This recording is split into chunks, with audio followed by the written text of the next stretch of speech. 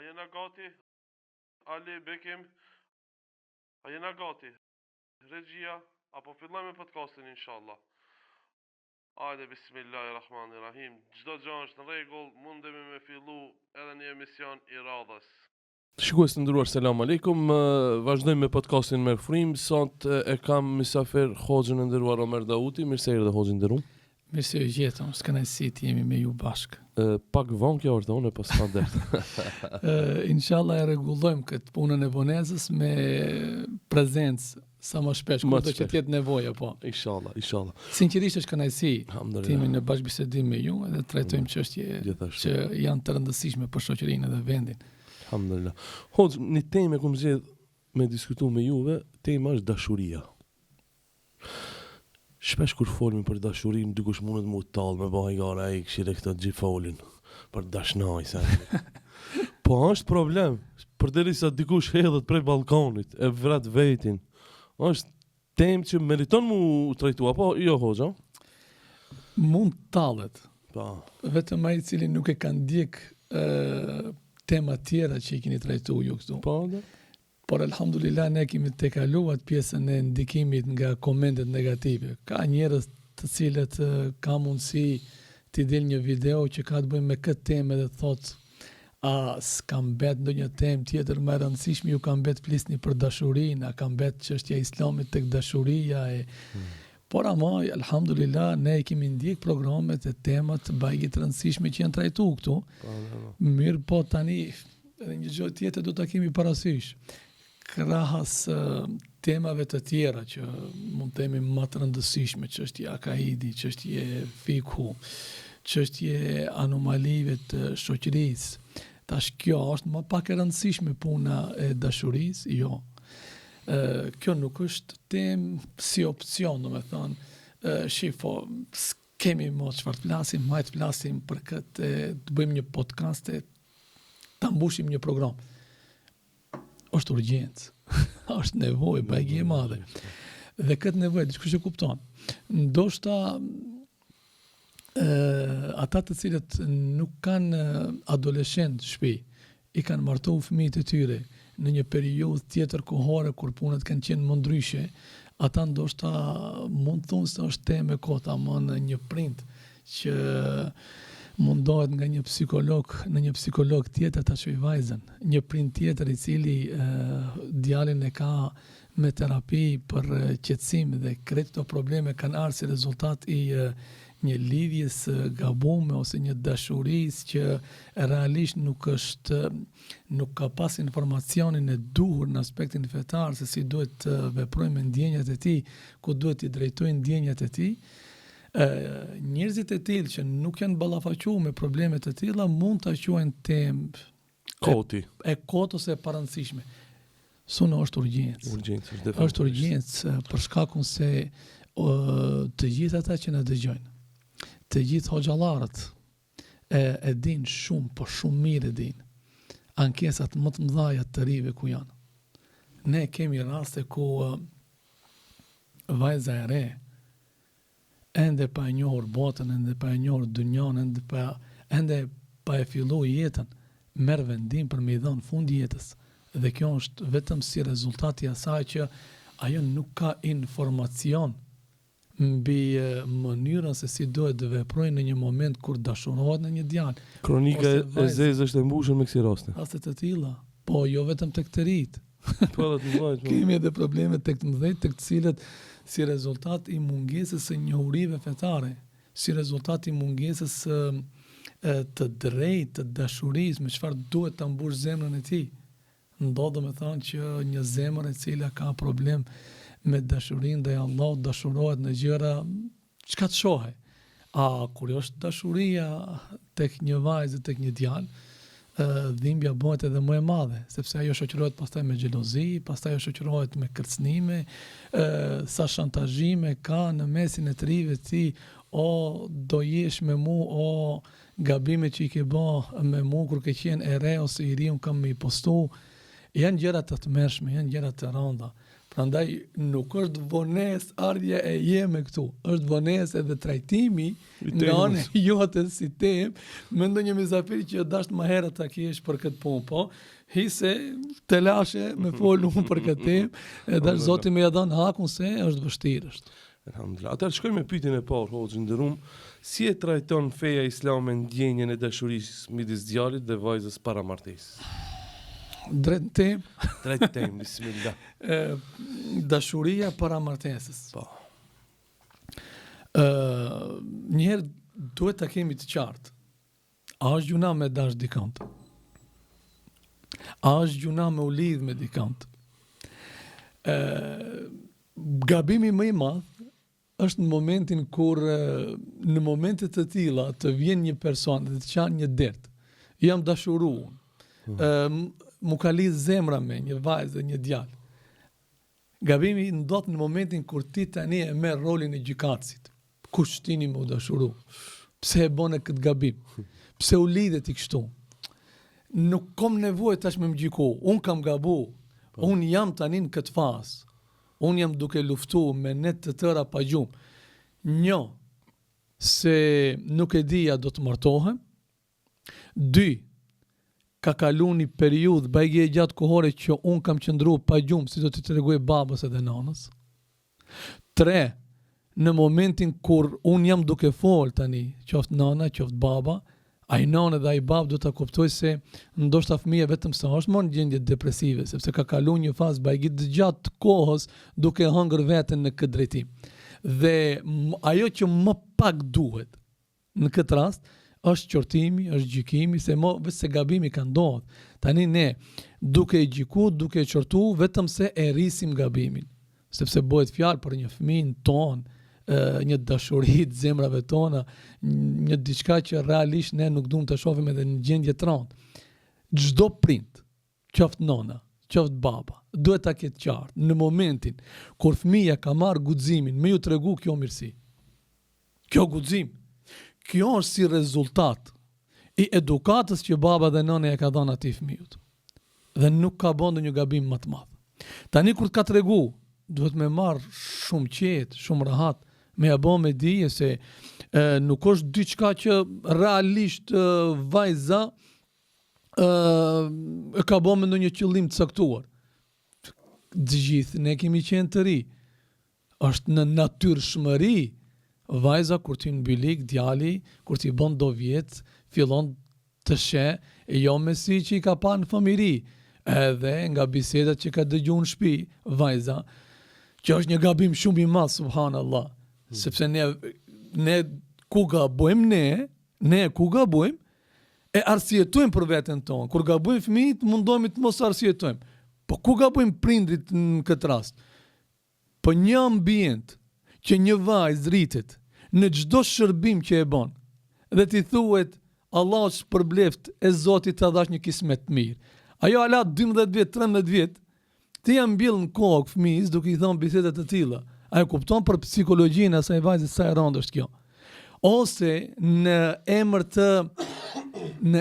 të dhemshurisë. Në emër të dashurisë.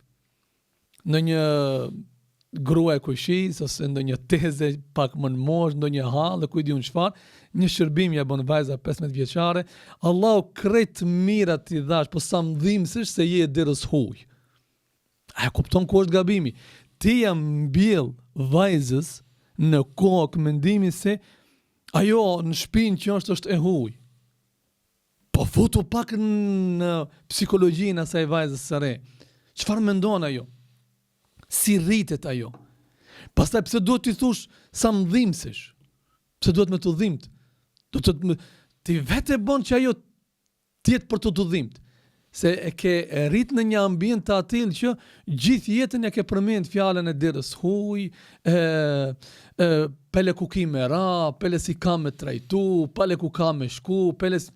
Subhanallah, janë të rënda këto. Dhe tani kjo vajzë që rritet në një ambient të tillë, tani mo duhet të delë dhe të fillojë të shoh ku do të jetë dera e hujit, bëj përzgjedhje. Ta zgjedhë një derë të mirë para. Ku do shkojë kjo dera e hujit? Si është kjo dera e hujit? Me çfarë njeriu do të ketë punë kjo, ngrata? Edhe tani do filloj të mendoj në klasë, do të shikoj çdo djalë do të shikoj, është ky i mirë për atë derën tjetër që do shkoj unë, a është ky normal, a do duhet me shku me kët, a do duhet me shku me kët. Pastaj kur shkon në derën tjetër, edhe atje e derës huj. E huj, po si, e huj atje, e huj këtu. Vllau jem, a je musliman? Ti në çfarë je duke thonë? Po si ka mundësi këto biseda të bëhen në prezencën e një vajzës, e një bijes, që është gëzimi familjes. Unë shpesh herë thom, ende nuk kanë arrit të kuptojnë dashurinë e fëmijëve, prindrit të cilët janë të sprovuar që nuk kanë vajza. Po vajza është dashuri, vajza është gëzim në familje. Vajza është arsye që prindi me përfundu në xhenet. Nuk tha i dërguari i Zotit, kush ka 2 djem, 3 djem, përmendi vajzat. Nuk tha i dërguari i Allahut, më i miri ndër ju është ai që është më i mirë me gruan e tij, përsëri tek vajza. Nuk tha me burrin.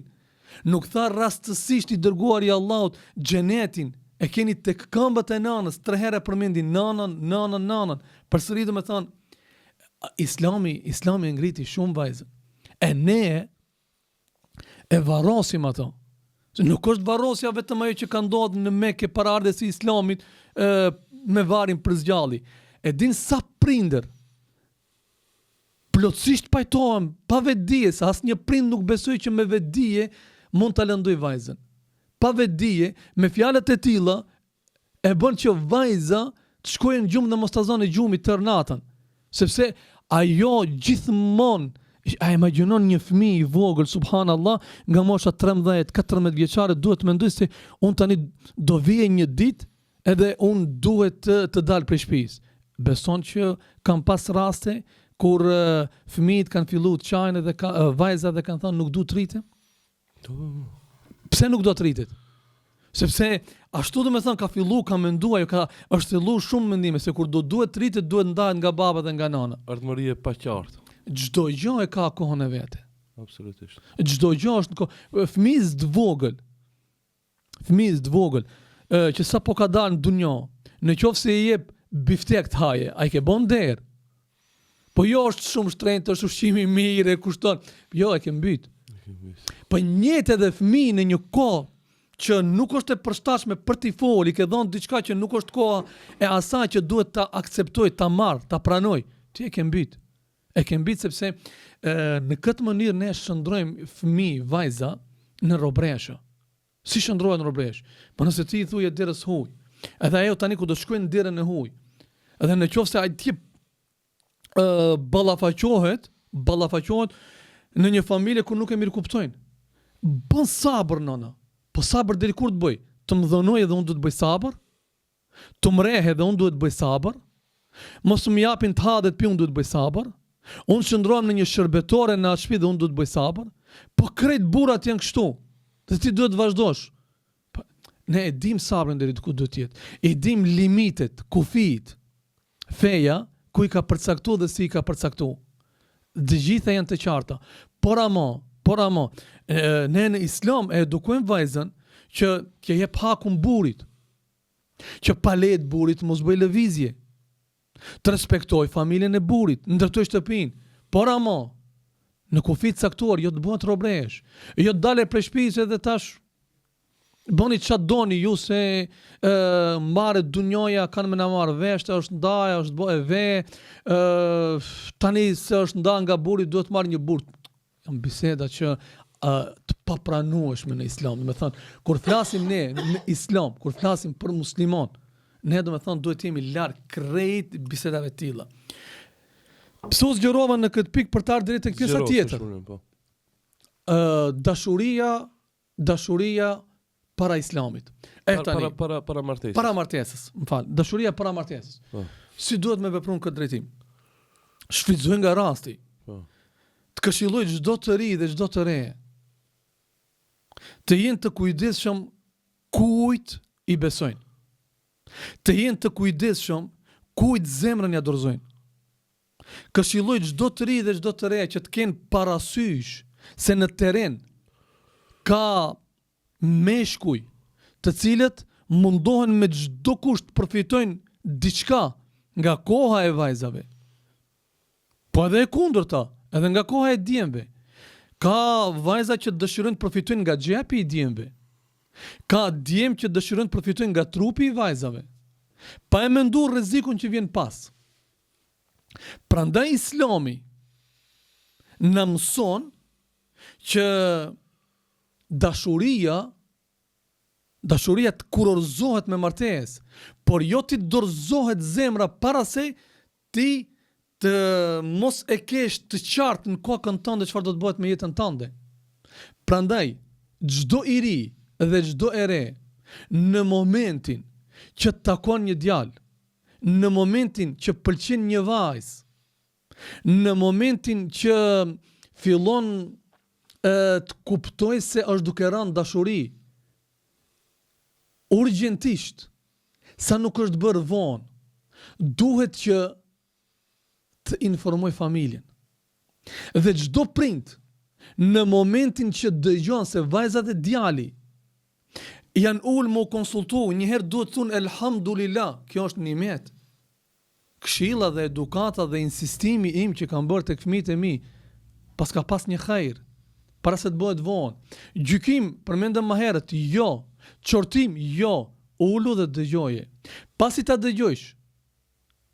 dëgjojsh, veprimi tjetër i radhës, duhet jetë interesimi për familjen, kush janë, çka janë, si janë.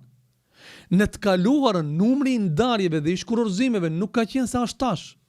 Arsyeja ka qenë se në shoqërinë tonë, shqiptare, muslimane, ka qenë e njohur se për të marrë vajzën e dikujt, për ta çu vajzën tek ndonjë familje, nuk kanë pyet vetëm për baban, për nënën, që sot edhe kjo nuk ndodh. Kanë pyet edhe dajt pika i ka.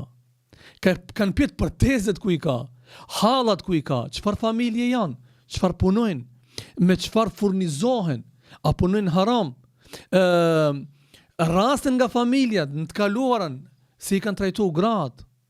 Dhe ne e dim shumë mirë se në momentin që ne tolerojmë, në momentin që ne lejojmë që të rinjtë dhe të rejat të vendosin për jetën e tyre, që në emër të emancipimit, në emër të ndryshimit të gjërave, ndryshimit të kohërave, tani më nuk pyet kush, jo, gabim. Nëse nuk pyet kush prej trive dhe trejave, prindit, dhe nëse nuk konsultohet për një vendim madhor të jetës së tyre, njeriu gabon një jetë në raste të veçanta, gabon për shembull kur zgjedh profesionin, se gjithë jetën duhet të jetojë me atë profesion, dhe gabon në momentin kur zgjedh partnerin e jetës, se është bashkëudhëtari i jetës. Dhe ja këtu njeriu duhet të interesohet ja ku tjetër ndonjë pas kësaj. Si lejon ti, domethënë ke taku një djalë dhe i ke bë gjitha bisedën nëpërmjet rrjeteve sociale dhe nuk e din se kush është, çka është, çfarë moshe ka, çfarë pune ka, të ka thonë 2-3 fjalë, je mashtruar, ka dërguar 2-3 fotografi, i ke besu ku e diun çfarë dhe pastaj gjitha këto. Në qoftë se fillimi është i gabuar, përfundimi mund të jetë fatal. E që të mos jetë përfundimi fatal, ne duhet me shumë kujdes. Fëmijët ti edukojmë. Vajza e babës. Unë e di se do të pëlqejë dikush. Dhe kur i than Fudajl ibn Iyadit se djali jot është dashuruar në një vajzë, çfarë tha ai? Nuk tha bela e madhu pas ka bë. Çfarë më ka gjetë mu? Tha elhamdulillah. Tha djali është në natyrshmërinë e pastër. Se do kemi probleme tjera në të ardhmen, Zoti mos na provohet, po. Më thon, mos vije puna do të shumë një djalë. Kjo është problemi. Mos vije puna deri në këtë pikë. E tash ka ardhe. Mirë, ka pëlqy. Të lutem bija e babës. Mos lejo të lidhesh shumë. Mos u hap shumë. Të interesohemi me babën kush është. Të pjesim kush është. Sepse ti me babën mund të fokusohesh tek pamja e djalit. Mund të fokusohesh tek vetura e djalit. Mund të ke pa një telefon të mirë. Mund të kishe pa një zinxhir në qafë. Këto nuk janë përcaktues të lumturisë të jetës tënde, të ardhmës tënde. Duhet të pjesim, duhet të interesohemi, të shohim çfarë familje ka. Pasuria me babën mund të humbe. Bukuria pas një kohe mund të humbe, të ndryshojë, mos jetë ajo pamje që ti je dashuru. Mos me babën të gabosh, të lejosh. Me thënë, me një fjalë, shkurt dhe shqip. Këshilloj të ri dhe të rejat. Mos të gabojnë, të dashurohen para martesës. Mos të lejojnë të besojnë dikujt para martesës. Një djalë, këtë me theks të veçon, duhet të përmendim. Një djalë i cili e ndryshon raportin me ty i vajzë e dashur dhe nderume. E ndryshon komunikimin me ty. Në momentin që ti ja përmend familjen, nuk ka hajër për ati djalit. Të lumtë. Mos lejo më shumë të zhytesh dhe të hish më thellë. Treguesi më i mirë që ky djalë nuk ka ndonjë lloj serioziteti në komunikimin që keni, është pikrisht fakti i ndryshimit të gjendjes atij në momentin kur përmend. Çfarë do lloj arsye është e pajustifikueshme. Jo kam baban, jo kam vllaun më të madh, jo kam një motër, jo nuk është koha. Mos të gabojë ndonjë vajzë ti besoje një mashkullit në momentin kur thot prit se hala nuk njihemi mirë. Si prit se hala nuk njihemi mirë. Do me më shfryzu kompleta? Po, të bëhen bajgi do probleme, edhe tani pas një kohe ndalu se unë Kam tjera plane. kam tjera plane, nuk mund përshtatim, po mirë, nuk mund 2 vjetë që më shkuën mu, 3 vjetë që më shkuën mu. Po unë që, okej, ti ke tjera plane, po unë që i thura do andra në kokën time, këto kush mi pagun tash? Prandaj, Kujdes. nëse djem dhe vajzë, Hoxhë nderuar, më fal që po ndërprej, shumë pëlqej, domethënë edhe duke të dëgjuar ty një emocion kapi, më dhimbë se në vajzat e reja, subhanallah. edhe djem suno.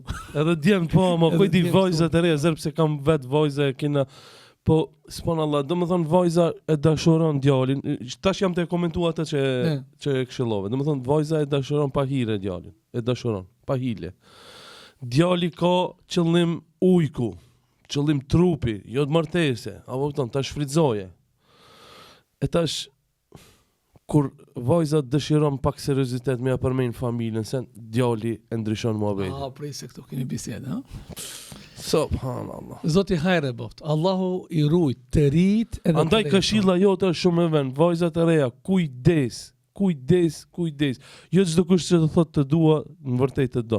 Ai ta don trupin, nuk ta don ardhmërinë, martesën. interesa tjera, po. Interesa. Tulta. Allah i na rujt. Amin, amin. Shkoj me pyetjen e radhës, domethënë kjo ke para për dashurinë para martesës. A ka ndodhur që të dashurohet dhe një sahab? Sahabët janë shokët e pejgamberit sallallahu alajhi wasallam, gjenerata më e lavdëruar sipas Kuranit, sipas Allahut. Sahabi mu dashuru me ndonjë vajzë. A ka ndodhur? Shiko, sahabët nuk kanë qenë robota, asuma. Edhe ato njerëz. Njerëz, do të thonë, me ndjenja, kanë qenë njerëz të cilët kanë dashuru, dhe të dashurosh është gjë e bukur, është ndjenjë e bukur. Mirë po, dashuria e sahabëve që kanë mësu në medresen e pejgamberit alayhis salam ka qenë po e njëjta dashuri që ka pas edhe vet i dërguari i Allahut. Do thonë dashuri me mas, dashuri e cila ka qenë e shoqëruar jo vetëm me atë që përmende të dua, vdes për ty. Jo kështu dashuri. Dashuri e shoqëruar me kujdes, me respekt, dhe dashuri që është dëshmuar në çdo lëvizje, në çdo ditë të jetës së tyre, pa fjalë, me vepra. Andaj kemi raste nga më të ndryshmet që sahabët të caktuar kanë shku dhe kanë shpreh ndjenjat tek i dërguari i Allahut për vajza të caktuara dhe kanë kërkuar një farlloj mësitnie që pejgamberi alayhi salatu wassalam të ndërmjetësoj, sepse e ka dashur dhe përderisa ka funksionuar në këtë mënyrë ka funksionu, edhe punët, do të thënë, kanë qenë më nivel, kanë qenë më në rregull dhe nuk ka pas lëndime të cilat sot ne jemi të bombarduar me lajme të përditshme, a kupton, shkaku se gabimet janë bërë dhe pastaj përfundimi ka qenë i keq. Shembull, jo vetëm sahabët, por ka pas raste kur edhe nga vajzat sahabëve, nga gratë e tyre, tregime të cilët t'i lanë në hijesun të gjitha storjet e filmave turqe ose filmave spanjoll. Me thonë, mënyra e trajtimit të dashurisë që kanë pas edhe ata në mes vete. Alhamdulillah. Në rast konkret, s'ke, ja? Raste ka plot, mirë po cilin rast do me thonë të përmendish.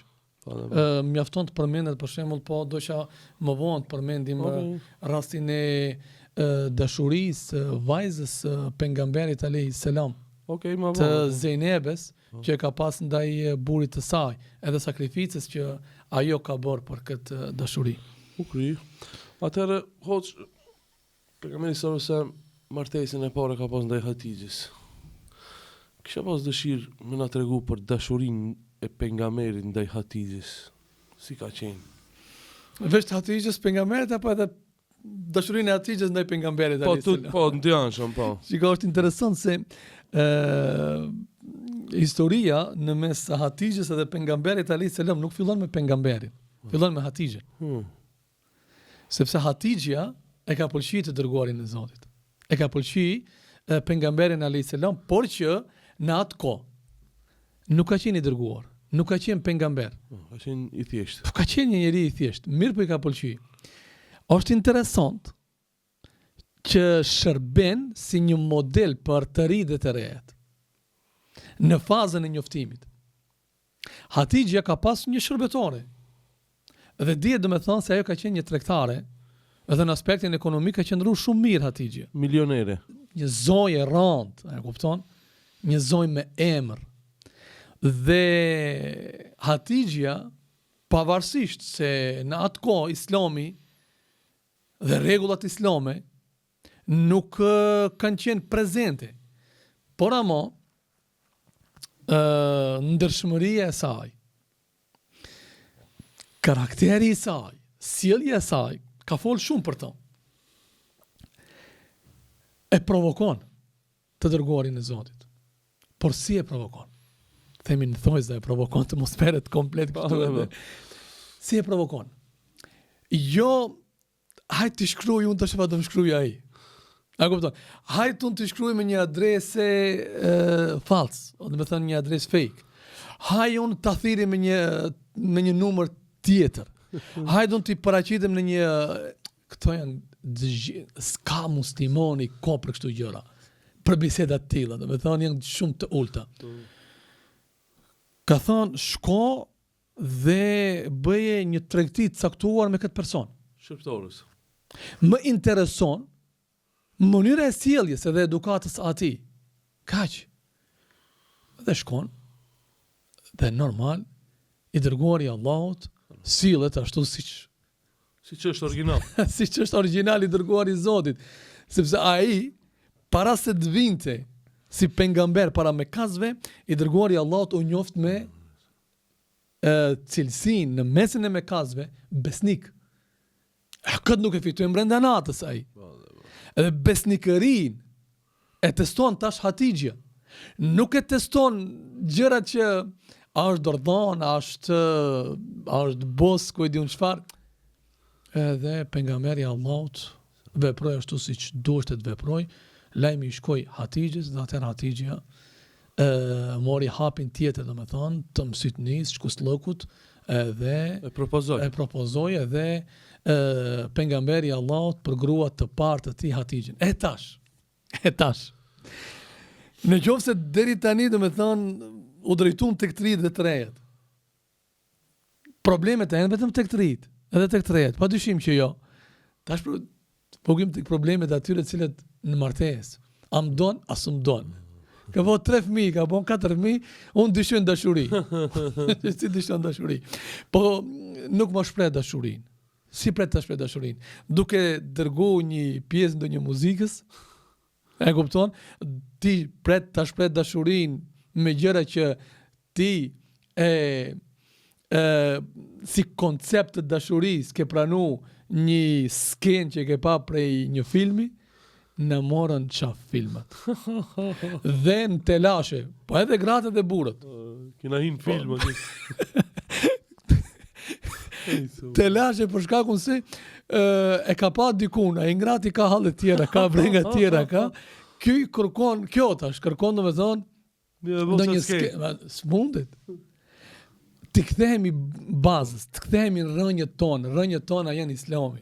Të kthehemi aty ku ne duhet të këshillohemi dhe aty ku ne duhet të marrim udhëzimet e drejta.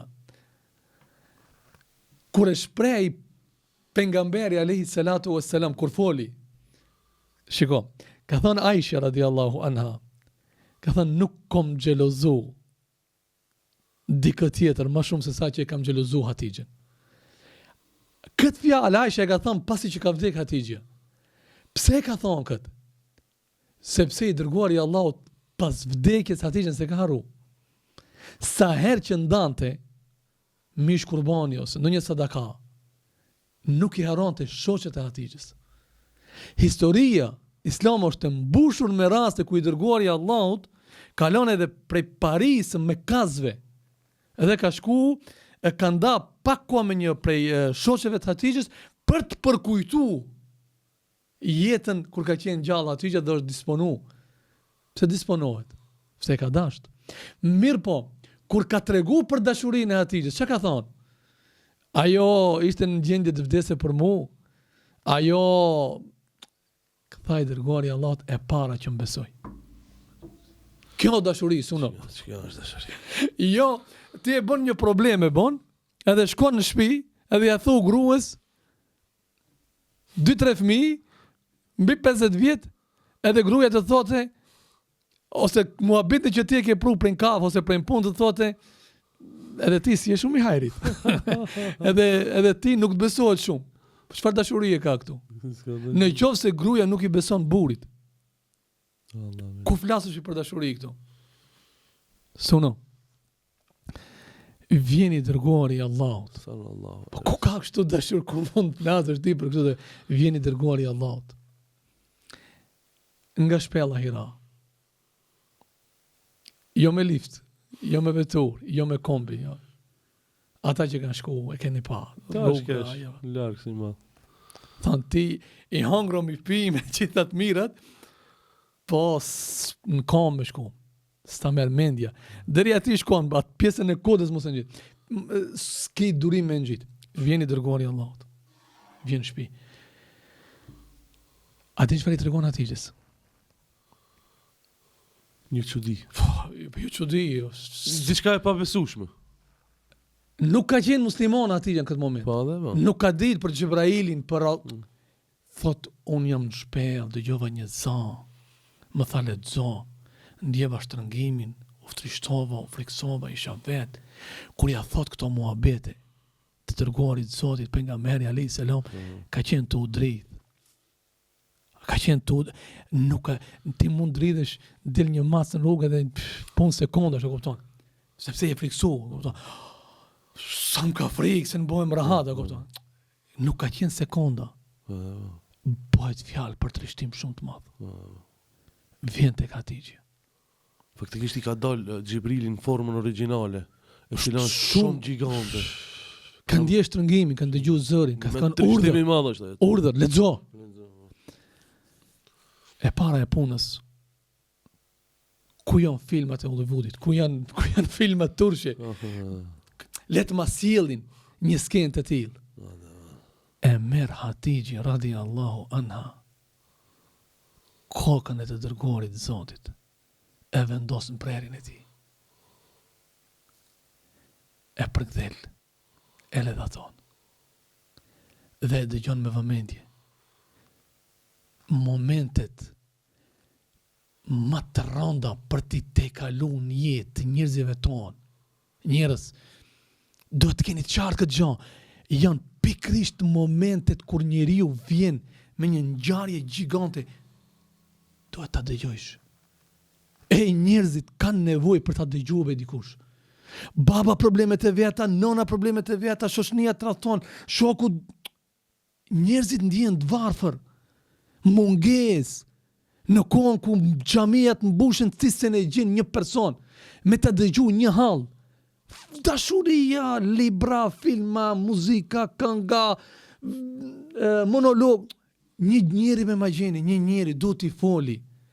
Unë zi nga mbrenda, unë kam shqetësim, unë kam bë gabim, unë kam rënë provokim, unë du një njeri me më dëgju. Hatixhe këtë e bani. Nëse ka një fjalë mbi dashurin, ja kisha vu emrin kësaj. Sa më dashuria është e vogël përballë këtë saj. Nuk e ndërpreu pejgamberin alayhis salam. Nuk i tha, a dhe ç'kjo na u disht. Ka ardh hallin të ta qaje. Nuk ka nevojë t'ja egzagerosh problemin. Ka ardh të t'kaje dert. Nuk ka ardh t'i kalzosh ti ç'tash ders, au ç'i ke bën. Çfarë kam bën? E kam besu një djali dhe më ka tratu. Çfarë kam bën? I kam besu një femër dhe më ka marrë, më ka shtynë borç, i besova, çfarë kam bën? Po jo, tash ti, po kam gabu. Tash ti, a do më tregu? Unë e di se kam gabu. Prandaj ku marrë tek ti, jo ti më tregu tash me ma vërtetu mu gabimin. E dëgjoj sonë, e dëgjoj. Çfarë i tha? Tha Muhammed, jam të randa, normal. Këto që i thu. Nuk kam as një dyshim në krejtë që i përmendish. Të besoj. Veç një gjampo të tha. Veç një sen të tha. Ndoshta diçka s'm ke tregu, ala ma shumë. Po krejt këto që i dëgjova ishin të mëdhaja. A unë një gjam mund të thëmë. Gjam e keq e ti nuk ndodhën. Këtë të thëmë. Vëllau jem, kur ta thot gruaja, bashkëudhëtari i jetës, këtë fjalë, nuk ta merr me panik. Ti gjë e keq që nuk ndodh. Atëherë unë dali dërguari i Allahut. U qetësu. Këtë nuk e boni Aisha. Këtë nuk e bonën, këtë e boni Hatixha. Prandaj luz Zotin e madh, njerë bija tona, vajzat tona, tek burrat që do të shkojnë, në nxjerrin fytyrën e bardhë, faqen e bardhë, Si Hatixha. duke qenë si Hatixha. Të jenë mbështetje për burrat e tyre. Të jenë ashtu siç Allahu tha në Kur'an. Juve ju bën prehje për ata dhe ata i bën prehje për ju. Jo me Qetësi. çokrien. Për një telefon ti mos më fol një javë burit. Për një fuston, ti kur s'm kënaqe mu. Ti kur s'dite me më kuptu mu. Ti kur s'dite me më gëzu mu. Ti kur la ilaha, si ja nënçmon burrin burit. Si ja ul vlerën burit. Tu mos me dit borxhet e hallat e breku i diun çfarë. Tha, ti gjë e keqe nuk do ndodhe. Atëherë unë dali dërguari i Allahut i tha, pikati e din këtë. Nuk kam mbaru krejt bukuria këtu suno. Prej ka tha. Atëherë filloj. Tha, ti tha përkdhel kokën e jetimit. Ti mban lidhet fare fisnore. Ja përmendit cilësitë të dërguarit të Zotit. Dhe një njeri me këto cilësi, me këtë karakter. Nuk mund të kesh më ndodh diçka. A e kupton mënyra e komunikimit mes një buri dhe një gruaje. Sa E para i besoj, e para që e besoj shpalljen. E kjo dashuri. Kjo është dashuri, cilën dashuri në qoftë se një vajzë në këtë mënyrë, po unë nuk e di, e qartë do të jetë një gjë. Dashuria është mirë kuptim. Nëse dikush prej të rive në pjetej, si mund të kuptoj mund se më donë burri ose e kundërta, më donë gruaja. Dashuria është mirë kuptim. Kulminacioni i dashurisë nuk është e dhuratat, nuk është shtëpia, nuk janë pushimi ku ta siguron brenda vitit, nuk është asgjë. Fakti në momente të vështira të kupton. Nëse nuk të kupton, krejt tjera të binë poshtë. S'ka dashuria ti. Nuk e di, a jo mi qartë. A ka nevojë për filozofi këtu. Të kupton, është dashuri. Nuk të kupton, mos u mashtron me gjëra tjera. Nëse të nxin në një moment kur qoftë mashkulli, qoftë femra, ka raste, ka marrë një telefonat nga shtëpia. Ka nanën e smut, ka babën e smut, ka një problem në mesin e familjes, i ka thonë një fjalë vjera, i ka thonë një fjalë vjeri, ka ngasmu kunata. A kupton? Ti, okay, e ke bo telefonin, e ke bo shtëpinë. Oj, gru, po gjë mund të bëj unë më shumë më për ti, ka be kur gjës të mungon. E më lodh kriin me këto punë. Se du shti. Se këto, mi bin, uj bin. Se telefonin nuk ja zgjedh problemin. Se shkruja jeme, buri jem. Riqet. E di kush jeti. Unë besoj plotësisht tek ti. Është një fazë, do të kaloje, mos u shqetëso. Do të me bo durim. Janë sprova këto, janë gjëra të këndshme. Bashkërisht do t'i te kalojmë. Ndoshta Allahu dhul xhelal na e ka çu këtë sprovë. Shpërblimi i Zotit do të jetë në një formë tjetër, shumë më të bukur, shumë më të këndshme. Krejt çka na duhet neve. E kjo është dashuri. E këtë dashuri, sunullah, e kishte Hatixha ndaj, pse nuk mbaroi këtu, pastaj e mori, e çoi domethënë tek një afërm, tek një burr që ishte më të vjetrit, e kupton? Ja tregoi gjendjen, ja tregoi situatën, e kështu me radhë, duhet ngelim deri në mbrëmje. Duhet ngelim deri në mbrëmje për këtë. E ka përjetu dhimbshëm, është mërzit me nga me sa me vdekjen e Hatixhës, se ka jetu edhe gjatë kohë pas vdekjes së Hatixhës, apo jo? Jo dhimbshëm. Jo dhimbshëm. U qujt viti dëshpërimit. Ka qenë dëshpëruar shumë. Një burr. Subhanallah. Kam pas një rast një herë. Që po emocionon ka Kam pas një rast një herë një burr të afërm, i pat vdiq gruaja. Edhe qante. Të ne i thonin mos e mbara. As qatë për gruën. As qatë për gruën që si mos qaj për gruën për kanë me qaj, subhanallah. Është mërzit shumë pejgamberi alayhis salam. Dhe ne krahasim me burrinë e pejgamberit jemi shumë larg. Mos ju hip një njerëzim me byko, ka vdek një... të kalon mendja. Si mund që është? Është dur. Njerëzit kanë me ta bo fjalën, kanë me ta bo Allahut. Tash ky një do të thonë galen që ka vdek gruaja, është edhe presionin e tjerëve. Do të thonë Elene. Wallah, ku është kështu ti kemi të gjithë burrat? Po wallah. Ku është ti kemi kështu të gjithë burrat që çan për gruan, bashkëlltare e jetës. Ai arsyetohet maturanti që qanë për ndarjen nga shoqja e klasës 4 vjet, miliona këngë këndohen, do të ndahemi nga banka, ky e ndan nga shtrati, ky ka vë shtëpinë bashk, çdo pjesë e mureve shtëpisë flet për dashurinë që kanë ndërtuar bashk, dhe tani ky nuk guxon të kaje se nuk na ngjan neve. Ka vëllau jem, mërzitu, është mërzit pejgamberi alayhis salam. Dhe këtu ka edhe një histori shumë interesante. Ka një histori shumë interesant. Kur ka martu pejgamberi alayhis salam Zejnebën. Të lutem më pak një ndërprerje të vogël. Me siguri të dosh me fol për qaforën e Hatixhës. Qaforën. Nga historia që më ka emocionuar më shumë kur isha më i ri edhe pata qajtë me të kallëzën e sumbjen more kur e kam dëgjuar këtë histori. Andaj ta shpërndoj me shikues. Qaforja e Hatixhës. E para e punës duhet ta di çdo kush kur përmendet qafarja e Hatixhës, nuk vojt fjalë për ndonjë qafare që ka kushtuar 10.000 euro, 20.000 euro. Ka qenë diçka shumë e thjeshtë. Ndoshta në vlerë të pareve, të monedhës, s'ka kushtuar hiç. Ka qenë diçka që është lidh me jetën e Hatixhës.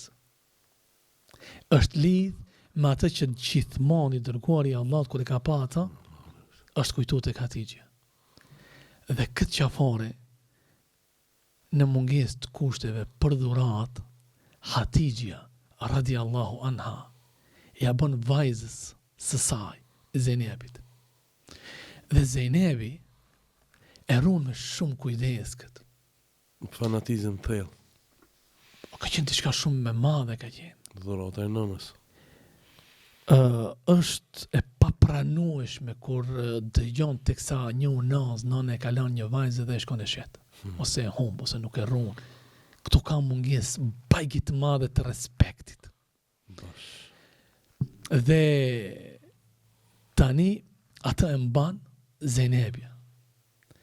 Pejgamberi alayhis salam sa herë që e shihte në qafën e vajzës, ja kujton të Hatixhës. Islami, pranimi i Islamit, vendi ku ishte martu Zejnebja, sprovohet burri i Zejnebës, jo musliman. Jo këtu, të mbaroj historia, del në luft, kundër pejgamberit alayhis salam. Dhëndri. Dhëndri. Në luftë zihet rob. Dhëndri. Zihet rob dhëndri. Dhëndri i të dërguarit Zotit, por që ka ardhur të luftoj të dërguarin. Këtu flasëm për dy gjëra që janë treguesi dashurisë së madhe. Kërkohet pagesa e lirimit të robërisë. E kupton? E qartë. Gjëja më e shtrenjtë në jetë që e posedonte Zenebia ishte kjo qafare. Tani për të liruar një tjetër të shtrenjtë nga robëria, Burin e saj? burin e saj. Dhe kërkohet që gjë tjetër s'ka. Pas Problem qafarës. është kjo qafarje. Dhe kjo qafare për ta liruar të dashurin. Për ta liruar të dashurin. Kalo pak atje. Atje kalo pak. Gjendje lufte. Nëna ka ndru jetë. Buri është rob. Tani, atë që i ka rujt me fanatizëm duhet të nxjerr nga qafa. Për kënd? Për një të dashur tjetër. Edhe kjo qafare në shenjë lirimi nga robëria bie në dorët e kujt? Muhamedi sallallahu La alaihi ilaha illa. Mas një kohë bajit madhe bie në dorët pejgamberit. Suna e kupton ti vëllau jem. Qafarja A e atij kupton ti vëllau jem bie qafarja në një rrugë komplet tjetër. La ilaha illa Allah kështu. Diçka shumë e madhe, shtrenjtë, që mban aromën e Hatixhes, që të kujton Hatixhen. Edhe bie në dorë të dërguarit të Zotit. Gjithë ato vujtje Edhe që i ka tani hekë që ti i ka, në qajtare. Duhet do me thënë tani, për këtë, Me ne shlu kam robin. bërë, por ama pejgamberi alayhis salam Sallallahu në kontroll. Në luftë nuk kishte dalë vetë. Ishte komandant, ama nuk kishte dalë vetë. Ishte në shoqërinë e sahabëve. Edhe shkoni dërguari i Zotit. Ajo më e bukur dhe më e mira është se e merr mendimin e sahabëve. Nuk e shfryzon rastin që është lider, me thonë, e di çka lironi këtë dhëndrin Çfarë tem. boni? Çfarë jetu bo? I thot, duke ju fol, çfarë ka në dorë, çfarë i kujton, jo përmend sahabëve. Në atë moment nuk ngelet sahabi që nuk emocionohet Qajnë këtë. nga ngjarja që ju përmend pejgamberi alayhis salam, çfarë ka në dorë. Dhe krejt një zëri. Krejt një zëri. Japin vendimin që të lirohet në këmbim të kësaj edhe përsëri qafarja të kthehet kujt? Të kthehet pronarit të saj. Kjo ishte tregues i madh edhe i dashurisë së Zejnebit, edhe e dashurisë të pejgamberit alayhis salatu wassalam ndaj Hatixhes, dhe krejt kjo ndodhi pasi që kishte ndru jetë Hatixha. Se dikush thot, jo, harrohet, jo, dashuria për hir të Zotit nuk harrohet, për edhe mend nuk të qetë. Mashallah. A dashuria, jo në emër të Zotit, harrohet a momenti qetë. Kjo është ajo që Shumë e qartë. duhet të shumë- kemi parasysh. Vallai kjo ngjarje me qaforën është tepër emocionale, elhamdulillah që përshujtë shumë mirë. Vazhdojmë me hoç. Pejgamberi sallallahu alajhi wasallam dhe dashuria e tij ndaj Aishës radhiyallahu anha. Përsëri do me thënë, dashuria e pejgamberit alayhis salam me Aishën nuk është gjithmonë do me thënë, nuk mjafton thuhet një dashuri. Përsëri do me thënë duhet të themi tek mirëkuptimi. Sa që ka qenë xheloze, ka pas raste për shembull kur se dikush mos ta imagjinojë, mos të mendojë do me thënë se aq mirë ata e kanë qenë dhe aq këndshëm ata kanë jetuar, se që asnjëherë problem nuk kanë pas. Por ama do me thënë mirëkuptimi. Xhelozin e ka pas në kontroll pejgamberi për ta tejkalu do me thënë ato raste të caktuara që Aisha i ka paraqit. Pastaj do me thënë dashuri e cila sa Aisha ka qenë e re në mosh, dashuri që pejgamberi alayhis salam ka rënë krahas angazhimeve të shumta, ka rënë në botën e asaj, transmetime që na vijnë ku flasin për gara që ka bëjë dërguari i Allahut në mes Aishës dhe të dërguarit të Zotit. Gara në vrapim, një herë domethënë ka fituar Aisha, pastaj ka fituar dërguari i Allahut, pastaj ka thënë se kjo ishte hakmarrje për herën e parë që më fitove. E kupton? Dashuri që tregohet tek i dërguari i Allahut edhe në sprovën, në mirëkuptimin që pejgamberi alayhis salam ka treguar në shpifjen që është bërë ndaj Aishës. Dhe kjo është ngjarje që flet shumë, a kupton? U hap lajmi se i dërguari i Allahut e dinte edhe dishin tjerët se disa dyftyrësha munafika bagjimire organizuan që ta nxjerrin punën se Aisha ka tradhtu të dërguarin e Zotit. Dhe njerëzit sot vetëm me fjalë të njerëzve, kupton, vetëm me biseda të njerëzve ndëgjojmë teksa i shkrorzojnë gratë e tyre, kanë dyshime mbi gratë e tyre, nuk kanë as edhe një argument, po ka thonë, e ka pëlqyer, ka pas shok.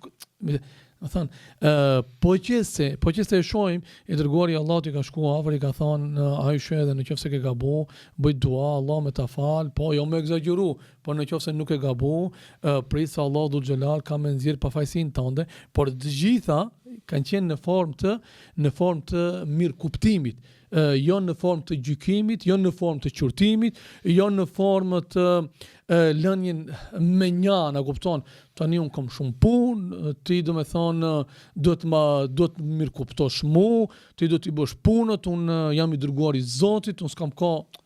Po që se hinë në detaj, do të shosh do me thonë që edhe çështjet shumë të thjeshta, që kanë qenë pengesë, ose që kanë qenë dëshira, po që se përmend do me thonë ti të duken shumë banale, por ama, kur dikon e dikënd e don, dëshira, ose pëlqimi, ose një vesi caktuar nuk duket banale. Jo t'ja bësh bëhet, po hala me këtë do menesh, hala kështu gjëra don ti, hala kështu gjëra kërkon ti.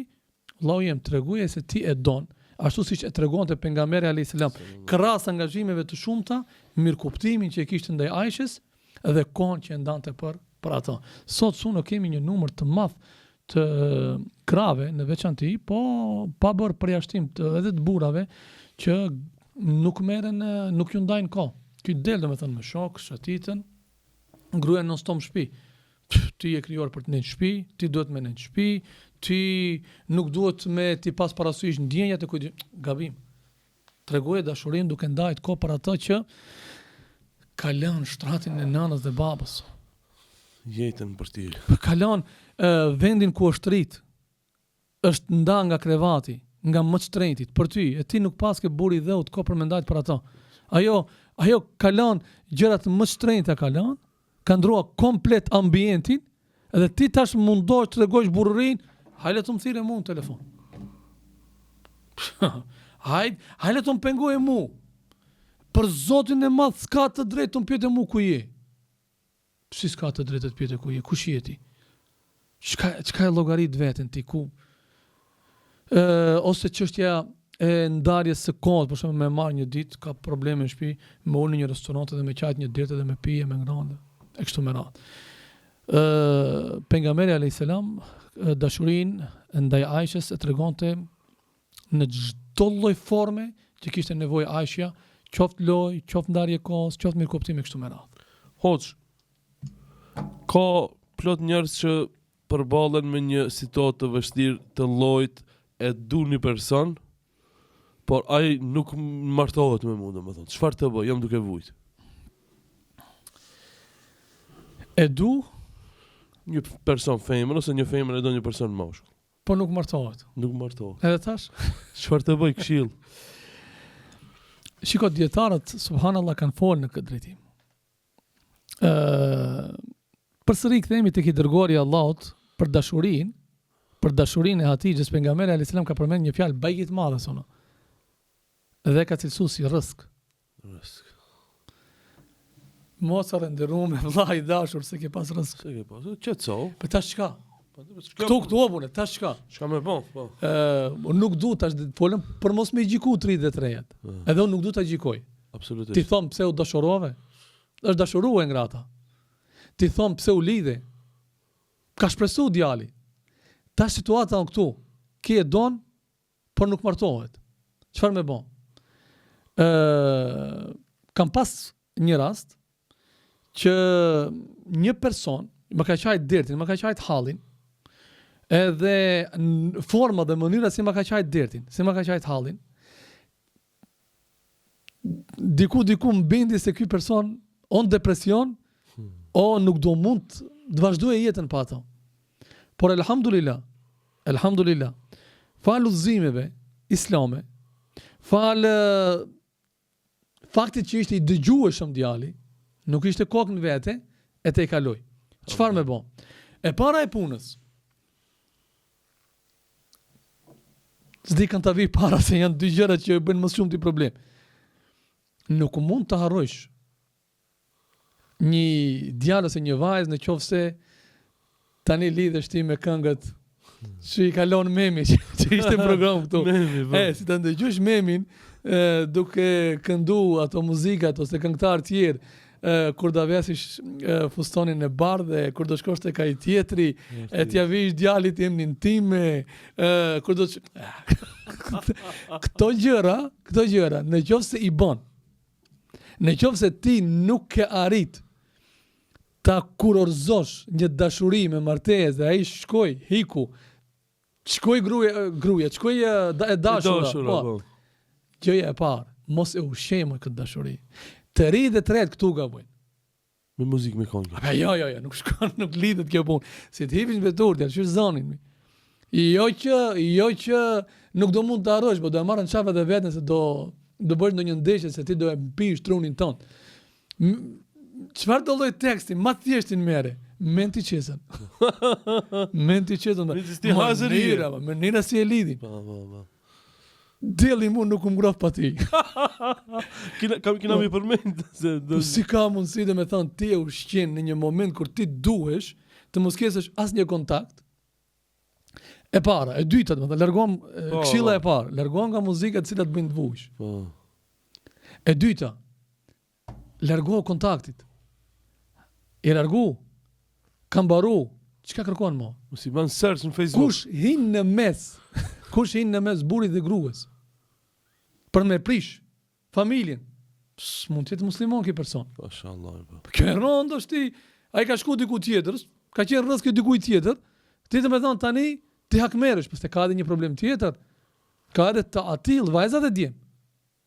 Që fatkeqësisht nuk mund të akcepton ndarjen dhe shkon deri tek më e keqja, tek shirku, cili shkon bën siher. Allah na rujt. Për me bë me vete. Këta xhallare, xhallar, s'ka lidhje me xhallë këto. Këta sihirbaz, që e pranon për shembull, da bëj për vete. Po çka duhet një person që ti e mban me sihet? Çfarë dashurie më është kjo? Çfarë lidhje është kjo? Po çfarë manjaku duhet të jetë ai i cili me vetëdia, ndoshta nuk mund të arrijë sukses, po me vetëdi diku i thot po kam me nda. Po kam me largu. Po kam me shtym me dash. Çfarë gjinoi kanë këto si kanë me këta persona që bëjnë siher, të cilët shkatrojnë familje. Këta persona që shkatrojnë jetën e dikujt. Këta persona ta din që e kanë hidhur shumë Zotin. Dhe nëse vdesen me këtë mëkat, pa bërë tëbe dhe pa me i marrë halallëk personit në fjalë, që e kanë zi jetën, nëse ky person shkon tek Zoti ashtu, Allah nuk ka me mëshiru, sepse ka shkatru jetë, nuk ka me fal. Xhenem do të hinë. Këta persona do të thonë do të kenë përfundim të rëndë. Nuk niset njeriu me mend kry, e asësi me iman në zemër, drejt një sirbasi pse nuk mund të pranojnë ndarjen nga dikush. E thash, se komunës mos e kese dhe ai tjetri. Subhanallah. Atë që e përmende, me kërku në Facebook. Po, në search. Ja, me e pat numrin, me e pas statusin në rrjete sociale, jo. Me hap një adresë në Instagram me i shkrujt, jo. Sepse kjo, dëbon që ti halat të meresh me ata. Dhe ti e hum ditët tua, jetën tënde dhe hum. Kam baru kjo çështje. E treta, shumë dua, lutje tek Zoti. O Allah, largoje nga zemra eme pasi që nuk ishte pjesë e jetës teme. Au, sa lutje e mirë që. Kaq. O Allah, largoje. Nuk është rëskiem, largoma nga zemra eme. Si ishte në jetën teme, largoje dhe prej kësaj mbretësisë teme, se tash ka himo këtu. Po. Shumë lutje e bukur. Për Zotin e madh. Nuk do të ndjehet e zhgënjur dhe i zhgënjur As një i ri dhe një e re. Në momente të tilla kur zemra zin, ka zjarr dhe e lut Allahun dhul xhelal. Që Allahu dhul xhelal mos të ndihmoj. Që Allahu dhul xhelal ta lën vetmi.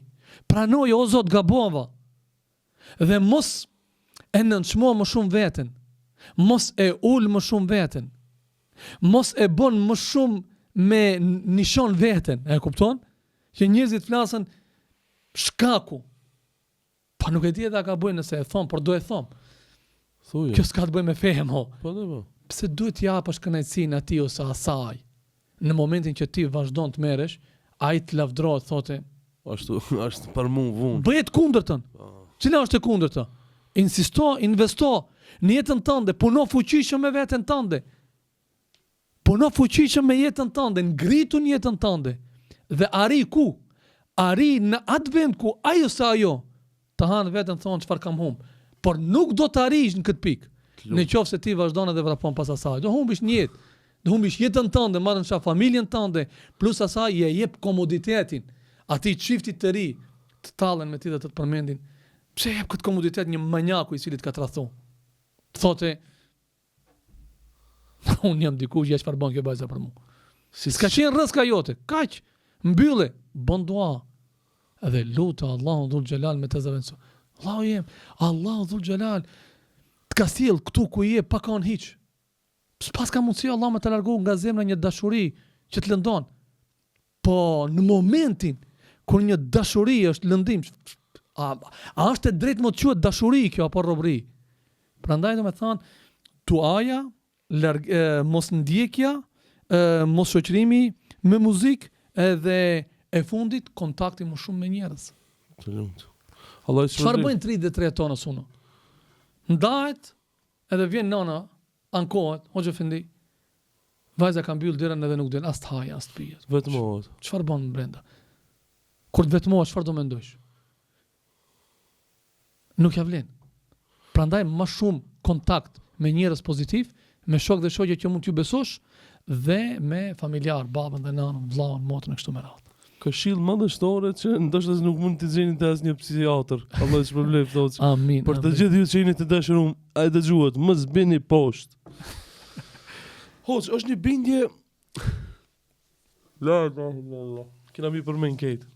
Bindje janë këto bindje të vjetra. Jo, ballafaqohemi ne sonë. Ballafaqohemi, po. Nuk është punë. Po. Luksi kjo punë. Po. Kjo është. Kjo punë do të thonë se ne ballafaqohemi, dëgjojmë çdo ditë. Është një bindje, pa ti nuk mund të jetoj. Si e kishe komentu? Si feja e kishe komentu këtë fjalë?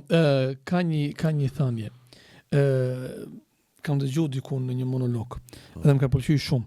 Nëse rrena një herë thuhet, rren ngelet. Nëse përsëritet, fillon të besohet për të vërtetë. Të vërtet. Nëse ja thu trunit se kur të rrin njerëzit nuk është shumë problem i madh. Rrena më e madhe kur e rrensh veten. Eksakt. Si mund të arrej veten? Po që e rren veten, pa ti s'mund të jetoj. Rren është kjo punë. Kjo rren. Edhe mos ja thuj. Nëse ja thun një herë vetes mund të harrosh edhe ngelet të rren. Por nëse i thun një herë, e ke ndëgjuar një këngë, edhe i thon vetes po si do jetoj. I ke thon 2 herë, i ke thon 3 herë, edhe tani do të thon në kokën tënde, truni jot fillon të krijoj bindjen se ti me të vërtet pa ata nuk mund të jetojsh. E tash kushdo që na ndëgjon. Po edhe ne ndoshta kemi kaluar në faza të tilla të jetës. Në një moment të caktuar kur kemi takuar një person, kemi llogarit se krejt bota është ai person i pazaventsueshëm. Ky person dhe askush tjetër. Kjo dashuri e rrejshme. Dhe kur kjo dashuri e këtu të kisha pas dëshirë, do të thënë të kenë vëmendje të veçantë kushdo që na dëgjon. Kur kjo dashuri zen në vend, në zemrën e njeriut, ka një thënie e bën Temia në këtë drejtim, kur ka fol për dashuritë e tilla, për dashurinë e rrejshme, ka thënë angazhimi i zemrës boshe. Kur një zemër nuk është angazhuar me dashurinë ndaj Zotit, ndaj pejgamberit, do të angazhohet dhe do të mbushet me një dashuri që do të mendoj se çajo është këtë dunjoja, ç'këtij njerit, ose kësaj vajze, ose djali, nëse ja sjell 300 meshkuj tjerë si zavendësim. Nuk ja plotësojnë. Pse? Sepse ky gabimin e ka bën këtë pikë, në këtë dashuri jo reale, në këtë dashuri që ky botën që është shumë e madhe e ka zvoglu tek një person. Dhe ky, edhe nëse martohet, edhe nëse lidhet me dikë tjetër, fakti që kaq shumë hapësirë i ka lënë në zemër një personi të caktuar duke se me i thon për shembull, po ti e dush më shumë se Zotin këtë.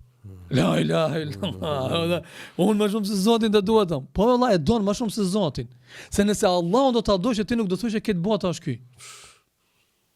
Pa me hi ma thkje e gjithë bota jeti. Bota nuk ka kuptim. Dhe ti ke ardhur në botë për çat person, ti ka ardhur në botë ose fokusi këtë jetës sonë çaj person. Çdo gjë në dunjë lidhet me çat person. E jeta fillon me ato dhe mbaron me ato. Ku shkon? Ku ke nis? Kush të rejti ti të veprosh dhe të krijosh bindje të tillë në jetën tënde? Mirë po, në qoftë se ndalemi tek tekstet, muzikat, do të shohim domethënë se problemi është gjesh muzikë që nuk e thot kët. Neve që ne ka problemi i dënimeve tash ka vendos qeveria, ne që kemi probleme me vënën, me rrimën, ne nuk i kemi këto probleme, ama 33 nuk i kanë këto probleme. Por neve mund na duken hegara, ama ai ka problem. Dhe ne jemi këtu. Dhe ne, sunullah, duhet jemi afër çdo triut. Janë të dashurit ton, janë fëmijët ton.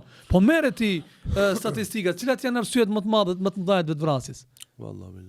Mungesa e komunikimit, sepse ky nga rrethi, nga shkrimet, nga gjërat që i kanë konvenu këtij, që ndjej mallëngjim, ky ka ardhur deri në këtë pikë, të mendojë se s'ka botë pa ata. Dhe tash, kur ti mendon në këtë formë, mendon në këtë mënyrë, çfarë ndodh problemi?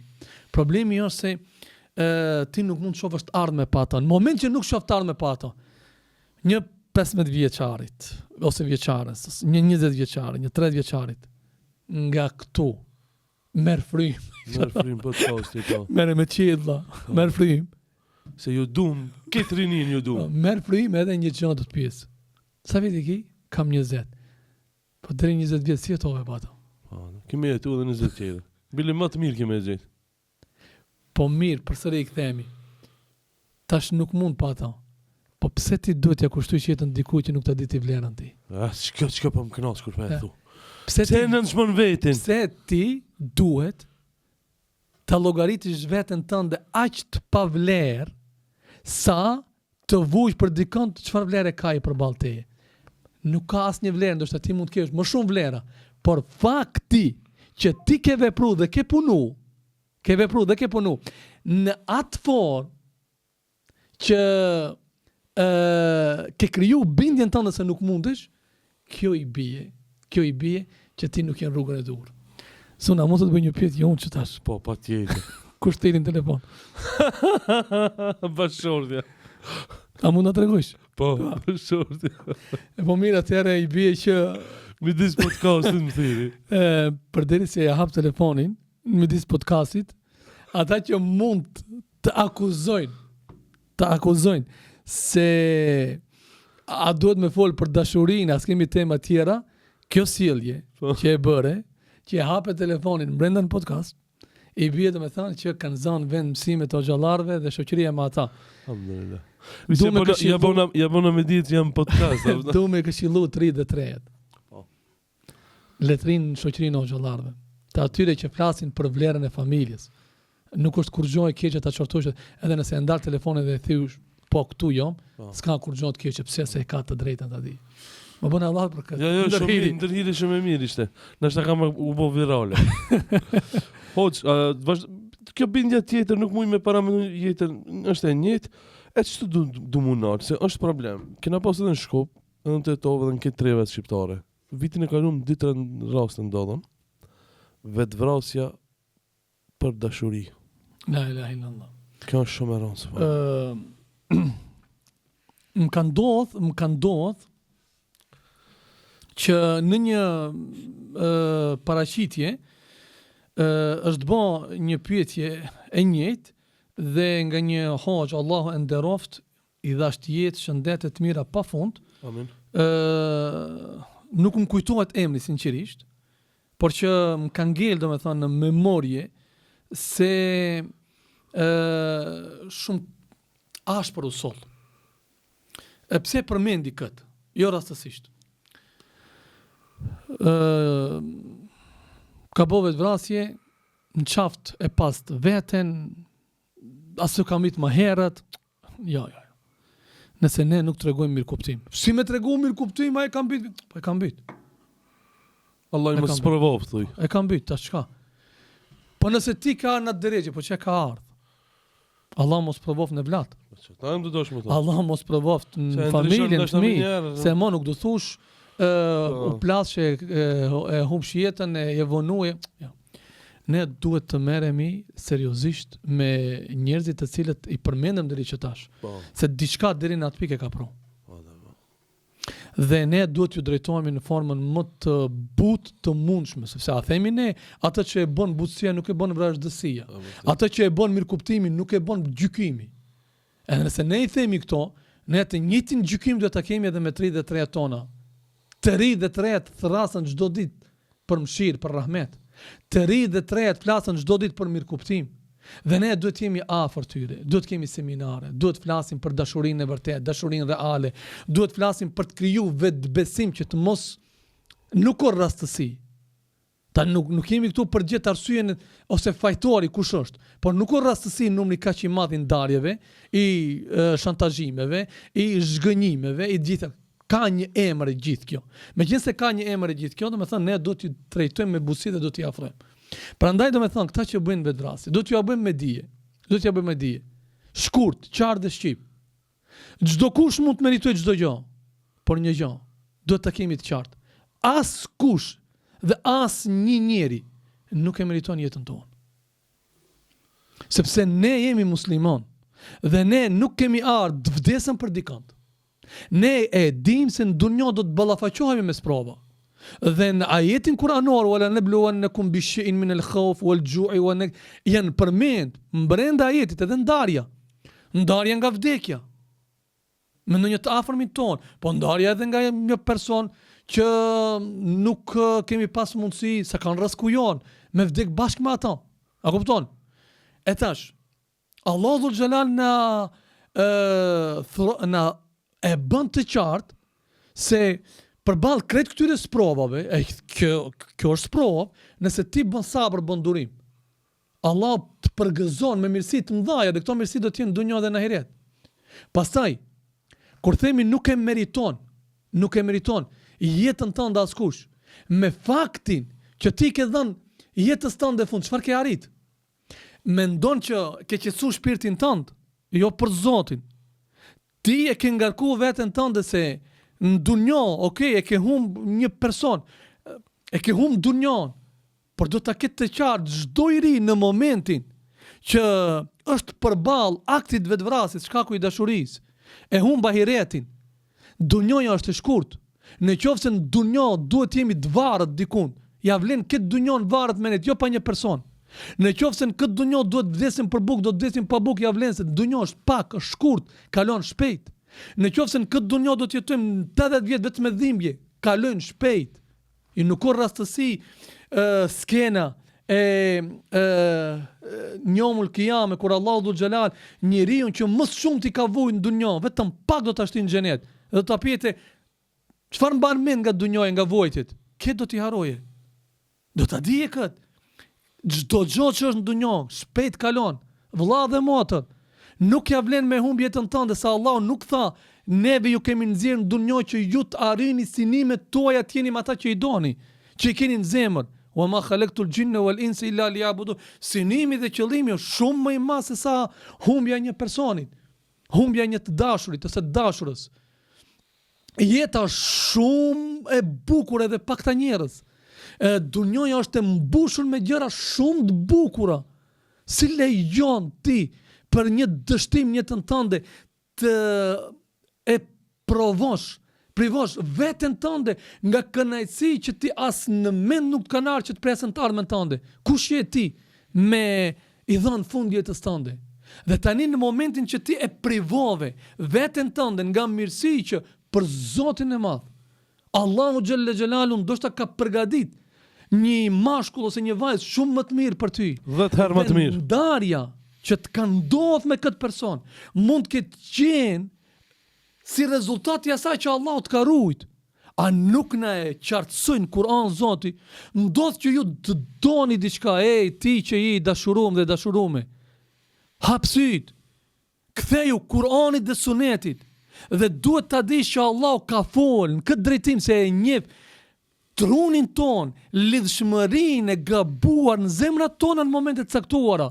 Ndodh që ju doni diçka dhe të mos jetë e hajrit për ju ajo. Dhe duke mos arrit në atë që ne synojmë, nëse e arrim, do të jetë lumturia jone sigurt gjatë gjithë jetës tonë. Mund të jetë pikërisht atë dhimbja.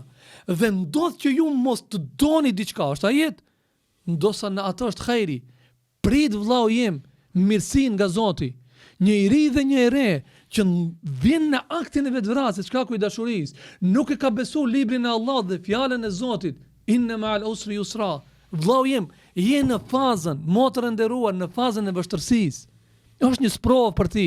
Nëse bën sabër, durim, mbështetjen Zotin, do të kaloj kjo. Kur do të vijë momenti i lehtësimit, Allahu nuk ka për ta lënë pa ta qartësu jetën e atij, sa ai do të jetë me dikë tjetër dhe kimë pas se ajo dikush tjetër që do të ketë fatin e këtij djali që ti ke qenë në gjendje për të bërë vetvrasje, do të ngelet në rrugë. Dhe do ta kuptosh pas një kohe se ti ke qenë kandidat potencial për me ngel në rrugë. Dhe për një manjak ose manjake të tillë, ti ke qenë në gjendje jetës me i dhënë fund. Dhe në momentin kur ti ke bërë sabër, durim, sabri do të shoqërohet me çka? Me frym. Elhamdulillah. Ja Rab, sa i mirë je dhe sa të këqij jemi. Çfarë gabimi kam pas mundësi të bëj? Për çfarë? Për asgjë hiç. Dhe tash ti e privove veten nga të mirat në këtë dunjë. Xhenet s'ka. Këtu njeriu i cili bëri vetvrasje, la ilaha illa Allah, nga turpi nuk mund të paraqiten ky person më miliarda njerëz nesër para Allahut dhul xhelal. Filani ka dhënë fundje për çfarë? Për dashuri. Ja. Çfarë humbje e madhe. Me shku në xhenem për atë. Të mos ndihet keq ai që është i dashuruar dhe tash e ka menduar vetvrasjen. Nuk e gjykojmë. Se ke bën nomin, e dashuru. E li dhe ke dasht. Ideja, qëllimi është një. Mos lejo absolut me humb jetën dhe prit mirësitë e Allahut xhelal, se mirësitë kanë për të ardhur. Ani se në gjendje të rëndë, ani se në gjendje të vështirë, ani se shajtani të manipulon, ani se shajtani, Allah në thot, dhe mos i ndiqni, nuk thot, mos e ndjek hapin e shajtanit, mos i ndiqni hapat e shajtanit. Tani do me thonë, të kanë ndodhur problemi, hapat e shajtanit, në ato që i përmendëm më herët, muzika, ndjekja, sihri, ajo kjo, jo, mos i ndjek to, ktheu Zotit dhe mbush e zemrën me dashurinë ndaj Allahut. Pastaj do me thonë Allah të rregullon dashuritë tjera. Allah shpëlbej, besoj që kjo fjalim i fuqishëm do të jetë shumë ndikues për atë person të cilit i shkon menja me bëvë vetvrasje për dikun. Allahu largoft çdo dashuri nga zemra e çdo kujt e cila dashuri atë person e ka bërë rob dhe e ka çu deri në mendimin e vetvrasjes. Hoxh, si të qetësohet i dashuruari? Këta përmendëm suno, do me thënë njeriu në jetë duhet diçka pak më konkrete, diçka ibadet. Njeriu në jetë duhet suno gjithçysh ta ketë të qartë një gjë. Kur e përmendëm më herët se nëse i thu një dashuruarit që është në gjendje me vdek për dashurin, ose me bëj diçka, edhe kur i thu se ti e don këtë më shumë se Allahun, nuk ka nevojë ky person të rishtohet, ti bistikfa unë. Po vllai më dush pse. Hajde këtheu në tregot në qoftë se para të je në gjendje shkruaj 24 orë, të kontaktosh 24 orë, ta ndjekë 24 orë. Çfarë ke bëu për Allah 24 orë? Nëse personi nëse personi nuk e angazhon zemrën me dashurinë ndaj Allahut xhalla xhelaluhu, ky person rob do të jetë i dashurisë. Prandaj këshilla e njerëzve të cilët janë të dashuruar, si të dalin nga kjo gjendje, le të mundohen se do të jetë një angazhim shumë i shkurt, por shumë i dobishëm. Këtë dashuri që kanë për njerëzit, le ta kalojnë në dashuri për Allahun do xhelal. Kur njeriu e mbush zemrën me dashuri ndaj Zotit, ky njeri në start do të arrit dashurinë e Allahut. Ne pse i duam njerëzit? Muslimanët. Pse i don Allahu? Duke i dash musliman neve na don Zoti. Pse e duam pejgamberin? Pse e don Allahu? Duke i dash pejgamberin neve na don Allahu. Pse i duam xhamit? Pse i don Allahu? Janë shtëpitë e Zotit. Duke i dash xhamit, duke kontribuar për ato, neve na don Allahu. Dhe dashuria me një jetë të martesës për një djalë dhe një vajzë, nëse bëhet për Allahun, e para e punës, duhet të dim një gjë. Unë e du Zotin. Kur ne e duam Zotin, bëjmë për Zotin, Allah do të na dojë neve. A thot Allahu na e qetëson se Allah thret një herë në qiell, unë e du filanin, duajnë e ju, e du banorët e qiellit. Pastaj banorët e qiellit e shpërndajnë mesazhin tokë. Edhe fillojnë robin e Allahut ta duan njerëzit. Dhe tani kur da duan njerëzit robin e Allahut, sepse ky e don Allahun, tash kjo dashuri nëse hudhet nga dashuria vllazërore dhe dashurinë e martesës.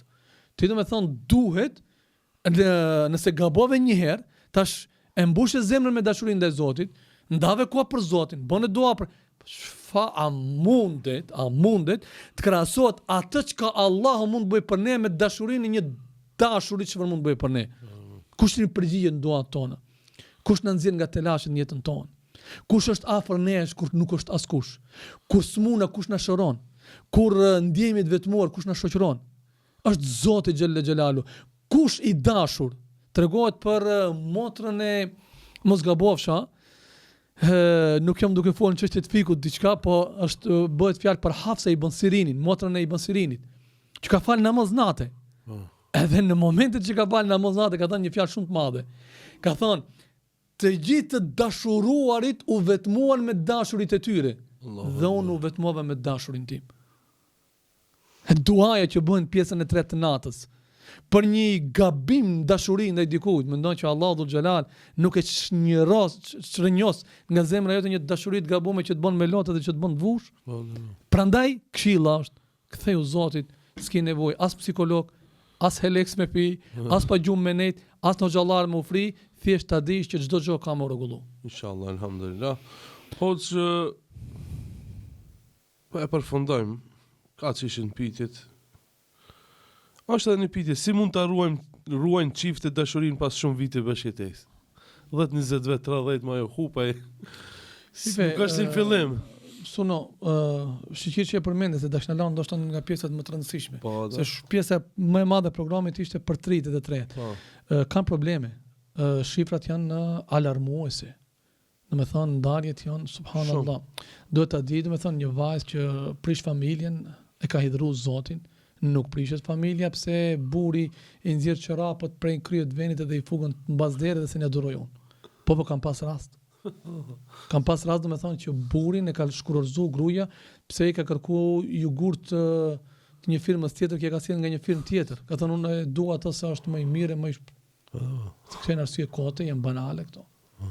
Siç ndodh, do me thonë edhe një mashkull që ta shkurorzojë një grua për sende të vogla, mos prishet, do thonë është halal shkurorzimi. Por drejtat e arshit e Allahut është nga halalet më të urrëtura tek Zoti. Prandaj do të thonë investimi në martesë duhet të shoqërohet me kujdes. Investimi në martesë për një jetë të gjatë dhe të lumtur duhet të investohet me mirëkuptim dhe këtu kisha pas dëshirë do të thonë të gjithë ata që na ndjekin dëgjojnë me vëmendje. Unë shpesh herë ata që vinë konsultohen dhe bisedojnë, që na ndjekin, do ta shohin këtë program e din shumë mirë një fjalë që ju kam thënë. Bëhu egoist. Egoist. Vret pak keq kjo, po. Si egoist, feja nuk na mëson neve të jemi egoist. Po, mirë, po ka një gjë ka. Kur themi bëhu egoist, një grua ose një burr i cili është në gjendje të harroj veten. Një grua që është në gjendje të bëhet robresh për burrin.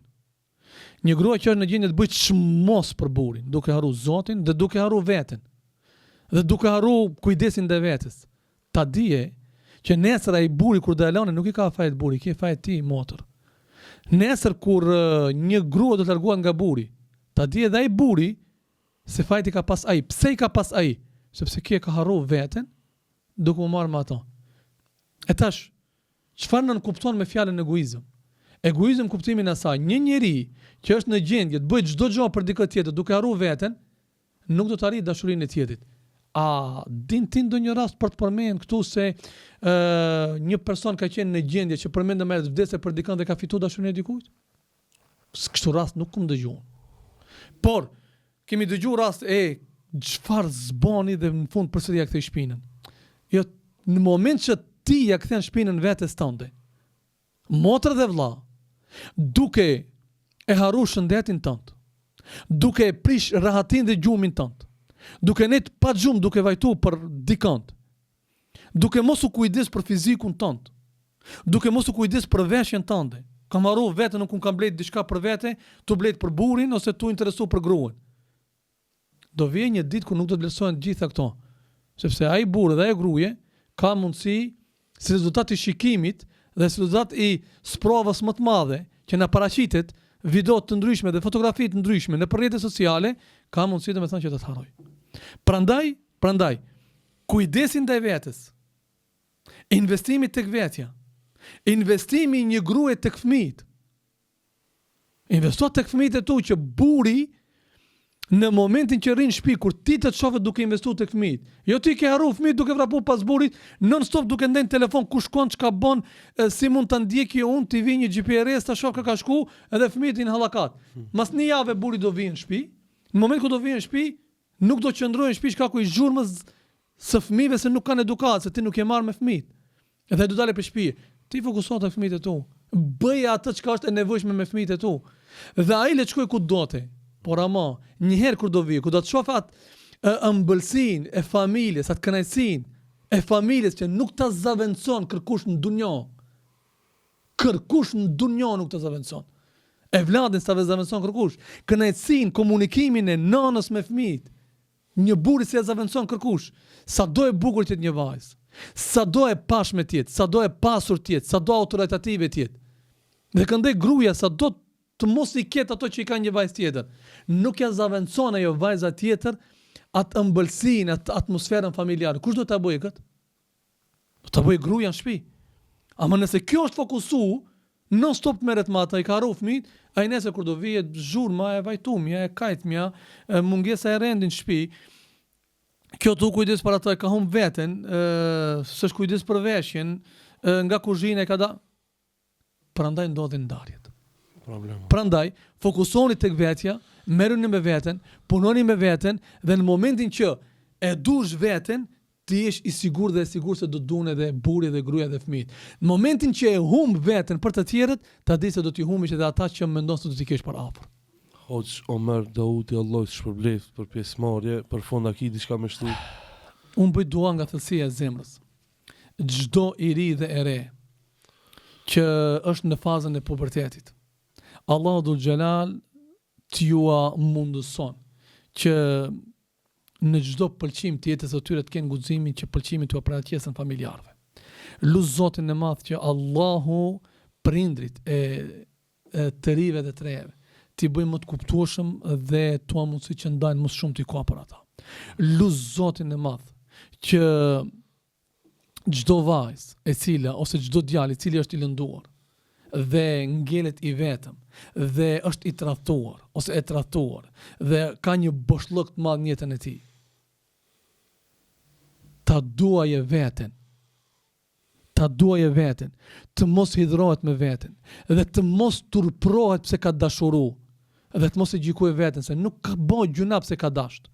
Le të turprohet ai që e ka tradhtuar dhe le ta duaj veten dhe le ta paraqet të kaluarën me krenari dhe gabimin që e ka bën, ta ketë qartë veç një gjë. Cila është ajo? Është se në dunjë unë ka veç një gabim. S'ka 2, 3, 4, 5. Në dunjë ka një gabim. Cili është e gabimi? Gabimi nga i cili nuk marrim mësim. Nëse kemi gabuar dhe kemi marrim mësimin, s'kemi gabuar as pak. E vërtet. Allah i shpërblet hoxh. Amin, amin. Allah ju shpërblet dhe juve, Allah e razi qoftë Amin. i nderat inshallah. Shifemi inshallah prap. Shikoj, shifemi javën e ardhshme ne me podcastin e ardhshëm. Selam aleikum.